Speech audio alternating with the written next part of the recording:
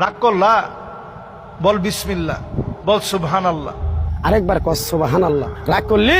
তুমি এমন একটা ব্যক্তি, মানুষের দুঃখ কষ্ট দেখতে পারো না, তার পাশে যাই দাঁড়াও, তারা এসে তোমার পিছন থেকে ক্ষতি করার জন্য ঘুরে। কথাটা ঠিক নেবে? ঠিক ঠিক। রাগ করলা? মাআযাল্লাহ, এটা মুসলিম সমাজের জন্য এর চেয়ে বড় লজ্জাস্কর বিষয় আর হতে পারে না। আমরা এখন দেখতে পাচ্ছি যে হয়তো কোনো গণক, সে গণ্ড মূর্খ, তার কোনো জ্ঞান নেই, পাপিষ্ট নরাদম সে, তার এই কথা ভাইরাল হওয়ার পরে এখন কেন আমাদের সবার বলতে হবে রাগ করলা, বল বিসমিল্লাহ, বল সুবহানাল্লাহ। এই তার কথা মতো যারা এই জাতীয় আল্লাহ রাব্বুল আলামিনের এই পবিত্র বিসমিল্লাহর মতো বরকতি বিষয়, সুবহানাল্লাহর মতো দাড়িপাল্লা ভারী করে দেওয়ার মতো ওজন সম্পন্ন বিষয়কে নিয়ে যারা ট্রোল বানাচ্ছে, মাআযাল্লাহ, আমি বলবো খবরদার, এই জাতীয় ট্রোল আপনারা করতে যাবেন না।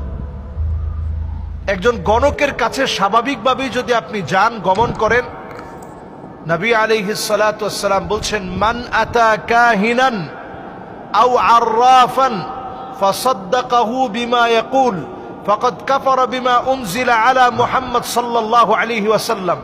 গণকের কাছে যারা যাবে, যারা হাত দেখাবে, যারা এগুলা বিশ্বাস করবে, গণকের কথার ওই তাবিজ নিবে, গণকের কথার ওই গাছের শিকড় নিবে, নবীজি বলছেন ফাকাদ কাফারা বিমা উনজিলা আলা মুহাম্মদ সাল্লাল্লাহু আলাইহি সাল্লাম, তার ইবাদত আল্লাহর কাছে কবুল হবে না, তার ইবাদত নষ্ট হবে।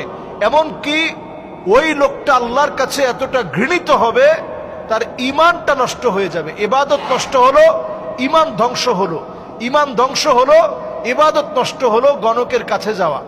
তো আমাদের দেশে দেখা যায় গণকরা অনেকদিন ধরেই এগুলো করে তেমন একটা তারা ভালো সুবিধা করতে পারছিল না।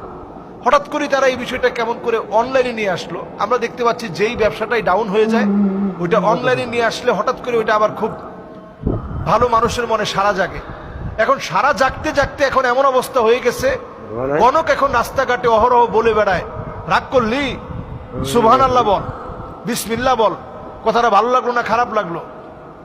আপনি চিন্তা করেন, বিসমিল্লাহকে কেউ যদি বলে বসে যে বিসমিল্লাহ ভালো লাগে নাই, সুবহানাল্লাহ ভালো লাগে নাই, তৎক্ষণাৎ ওই লোকটা কাফের হয়ে যাবে। যে লোকটা বিসমিল্লাহকে ভালো লাগবে না এটা বলার সঙ্গে সঙ্গে কাফের হয়ে যাবে। তাহলে সে যে কথা বলতেছে মানুষের ঈমান হরণের জন্য এক একটা কথা যথেষ্ট।